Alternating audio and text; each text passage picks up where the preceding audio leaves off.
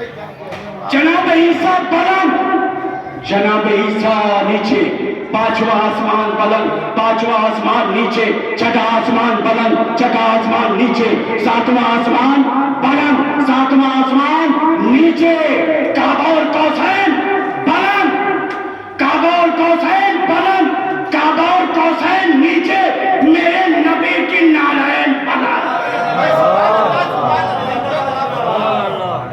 اما دنیا والوں آؤ دیکھو، جس نبی کی ہم نے نالین کو اتنا بلند کر دیا، اس نبی کا مقام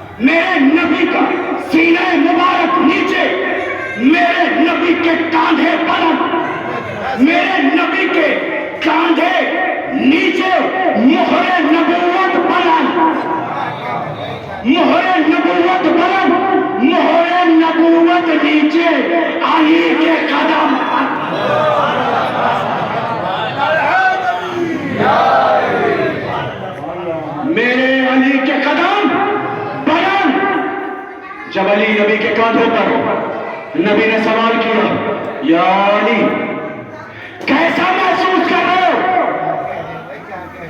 کیسا محسوس کر رہے ہو؟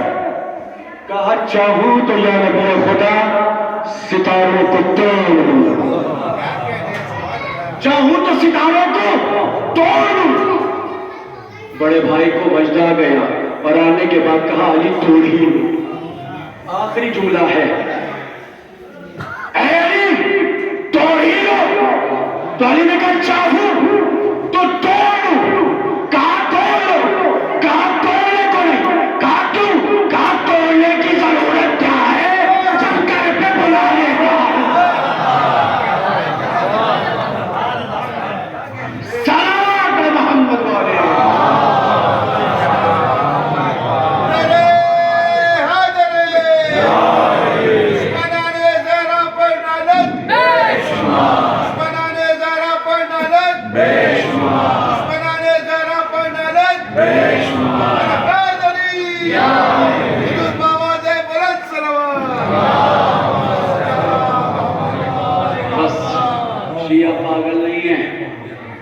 جو گولیاں بھی کھائیں علی علی بھی کرے،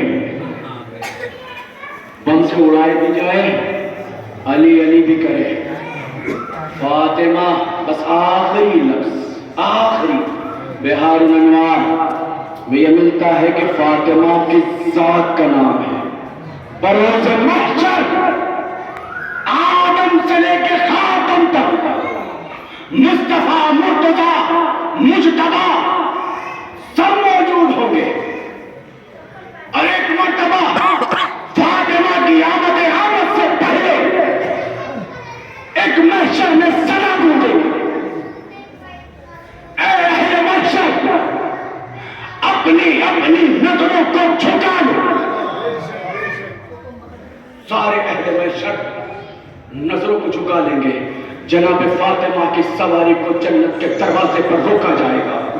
یہی سے ربط مسائل، جنت کے دروازے پر روکا جائے گا، اور اس کے بعد ندا آئے گی، فاطمہ ایک کنیز خاص آپ جنت میں داخل ہو جائیں۔ کتاب میں نے پہلے بتا دیا بہار الانوار، آپ جنت میں داخل ہو جائیں۔ فاطمہ رکیں گے، کہا ابھی داخل نہیں ہوں، ابھی نہیں، کہا پھر میں آج محشر والوں کے سامنے اپنی حیثیت دکھانا چاہتی ہوں،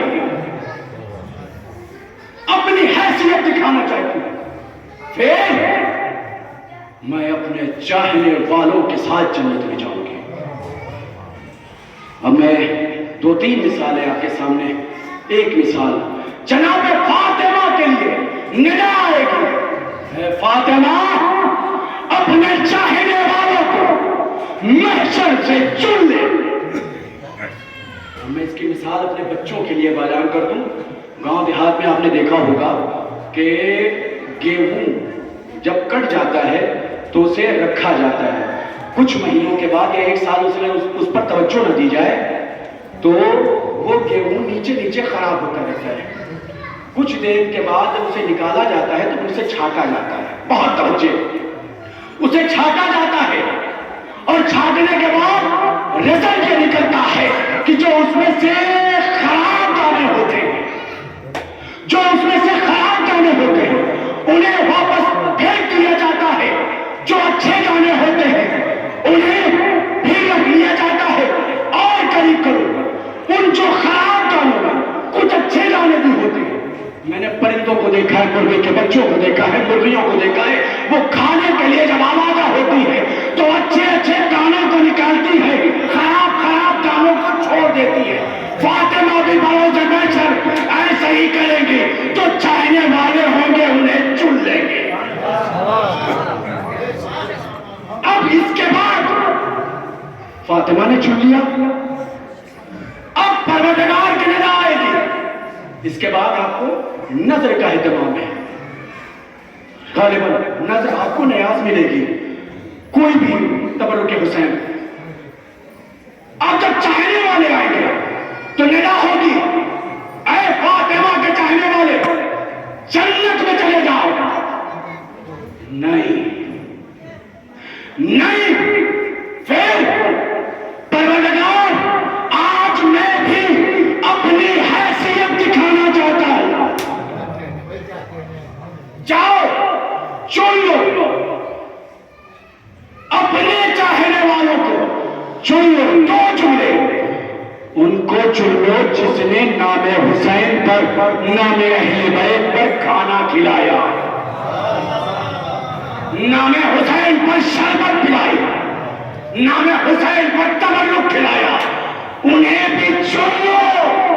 اب یہ نہ کہنا کہ ہم کیوں مانتے ہیں، آخرت کا فائدہ ہے اس لیے اہل بیت ہمارے دل۔ صلوات محمد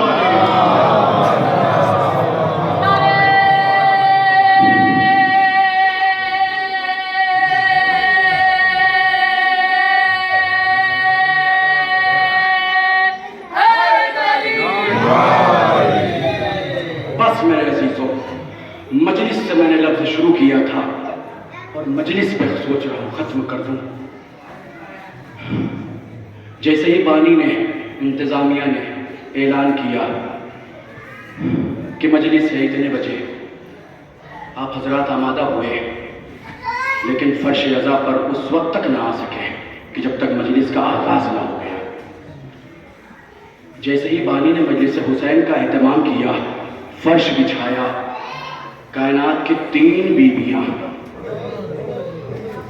کائنات کی تین بیویاں فرش عزا پر آ جاتی ہیں۔ ایک بیوی جنت البقیع کی ٹوٹی ہوئی مزار سے اٹھتی ہے اور اس کے بعد شام جاتی ہے، شام جانے کے بعد دو بیویوں کے ساتھ رہتی ہے اور رونے کے بعد فرش عزا پر آ جاتی ہے۔ جب نام اہل بیت، نام شہزادی پر، نام حسین پر کوئی باواز بلند گریہ کرتا ہے تو جناب سکینہ کہتی ہے، جناب سکینہ کہتی ہے کہ اماں یہ کون لوگ ہیں جو میرے بابا کے نام لے کر آنسو بہا رہے ہیں؟ کہا اے سکینہ، یہ تیرے حسین کے، تیرے بابا کے عزادار ہیں۔ دیکھیے میرا ایک اصول ہے، میں فضائل میں تو کمی کر دیتا ہوں لیکن مسائل اس وقت تک پڑھتا رہتا ہوں جب تک آواز ساتھ ہے۔ یہ تیرے بابا کے عزادار ہیں۔ سکینہ ایک جملہ کہتی ہے، بی بی اماں کاش یہ عزادار کربلا میں ہوتے تو مجھ پر تو ظلم نہ ہوتے، مجھ پر تو ظلم نہ ہوتے۔ پہلا ظلم بھیا علی اصغر کے قلوب تیر نہ لگتا اور دوسرے شمر مجھے تماچے نہ مارتا۔ اجرکم اللہ، خدا آپ کو کوئی غم نہ دے سوائے غم امام مظلوم کربلا کے۔ عالم انسانیت میں تین جنازے ایسے ہیں عالم انسانیت میں، تین جنازے ایسے ہیں جن کو غسل دینے والے چیخ مار کر روئے۔ کوئی جنازہ ایسا دیکھا ہے آپ نے؟ کوئی جنازہ ایسا دیکھا ہے آپ نے؟ بیمار ہو، ایکسیڈنٹ ہوا ہو، کیسا بھی ہو، لیکن غسل دینے والے چیخ مار کر نہیں روئے۔ عالم انسانیت میں تین جنازے ایسے ہیں کہ جن کو غسل دینے والے چیخ مار کر روئے۔ پہلا جنازہ ہمارے اور آپ کی شہزادی فاطمہ کا ہے کہ جب میرا علی غسل دینے کے لیے آمادہ ہوا، ایک مرتبہ غسل دیتے دیتے چیخ مار کر روئے۔ جناب فضہ نے کہا، اے علی، اگر مجھ سے مدینے میں کوئی پوچھتا کہ تو کائنات میں سب سے بہادر کون ہے تو میں علی آپ کا نام لیتی۔ اے علی، بابا سے بلند کہیے کہ سبب کیا ہے؟ کہا فضہ، فاطمہ کی پسلیاں ٹوٹ گئی، فاطمہ نے شکوہ نہ کیا۔ دوسرا جنازہ ہمارے اور آپ کے چوتھے امام کا جنازہ کہ جب میرا پانچواں امام غسل دینے کے لیے آمادہ ہوا، غسل دیتے دیتے ایک مرتبہ بے ہوش ہو جاتا ہے۔ جب ہوش میں آتا ہے تو پوچھنے والے پوچھتے ہیں، اے مولا، آپ بے ہوش کیوں ہو گئے؟ کہا میرے بابا کے گلے پہ اتنا گہرا زخم تھا کہ مجھ سے برداشت نہ ہوا۔ تیسرا جنازہ ایسے نہیں، میں آپ کے اذہان کو تھوڑا محرم کی طرف لے جانا چاہتا ہوں۔ محرم میں ہمارے نوجوان، ہمارے بچے جب زنجیر کا ماتم کرتے ہیں اور کرنے کے بعد شرٹ کو پہنتے ہیں، پہننے کے بعد گھر کو چلے جاتے ہیں، گھر میں سو جاتے ہیں، جب صبح کو بیدار ہوتے ہیں تو ان کی قمیض ان کے زخموں سے چپک جاتی ہے۔